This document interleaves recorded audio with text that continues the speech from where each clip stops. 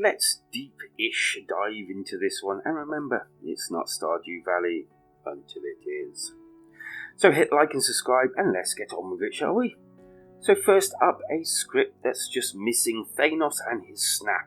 Anyone in town disappearing, and long story short, it's up to you to work out where they've all Houdini'd to, and obviously rescue them as well.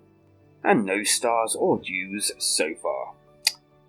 Starting this game felt a little boring at first, but then when I worked out the basics, find big scary tower and puzzle your way up, releasing a new villager with every solving.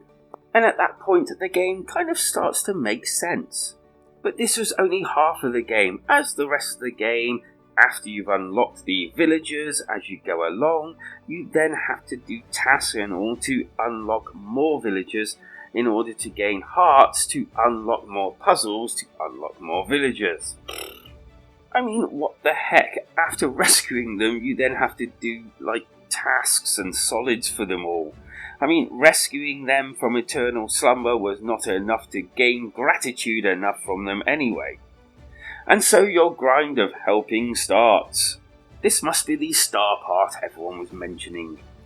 Collect this, collect that, do this, do that. Sure, it's all starting to add up now. Although I have to admit, I did start to get a little bored. I like to know what everyone else thinks of this game, as it's got all the markings to be an amazing game, but the main core of the game is, too easy and a little boring if I have to be honest. All the puzzles, to me so far, up to level 11, have on the most part been embarrassingly easy. I think I struggled about twice through all of these so far, and to say struggle, maybe not the right word, as even then a few minutes later I was done. Then it's the same thing, hand in object, unlock creature, who say thank you and come visit them. It's almost like a puzzle grind if you like. And then there's the do task that feels like a grind as well. Super great, thanks for the rescue, now go and get stuff for us. Oh, and let's not forget the fact that all their friends are actually still missing, and what is actually happening now just doesn't have an explanation yet. The only thing I found really cool was opening other areas, but even this turns out a little light.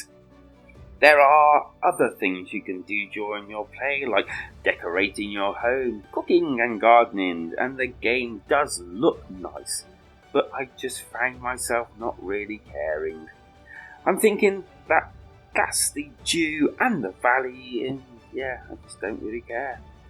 I did, however, start to think maybe it's not actually designed for my age bracket, and maybe would be better suited towards a younger audience. To round all this up, I suppose you can say, all in all, I found Lonesome Village a little too lonesome, and just did not feel like I wanted to continue playing past what I had played. It's a shame, but I do think a younger gamer may get more out of this one. With all its cutesy characters, all its lovely little beep beeps and sounds, and more simplistic puzzles and the like, it all screams younger audience, which is great if a younger audience played it, but I'm not really that young anymore, and just found it a little, not lackluster, but a little bit boring. I'm really sorry, and I think it's best me just doing impressions instead of actually reviewing it properly, because I honestly don't think it's for my sort of age group. So that's a lot to let me know down in the comments if you've actually bought this game and what you actually think of this game. Do you have a different opinion than me? Are you actually younger than 48 and actually appreciating it more? Thanks for joining me. Hit that like and subscribe button. Come and visit us in our community Discord, and stay safe out there, because life is better when we switch together.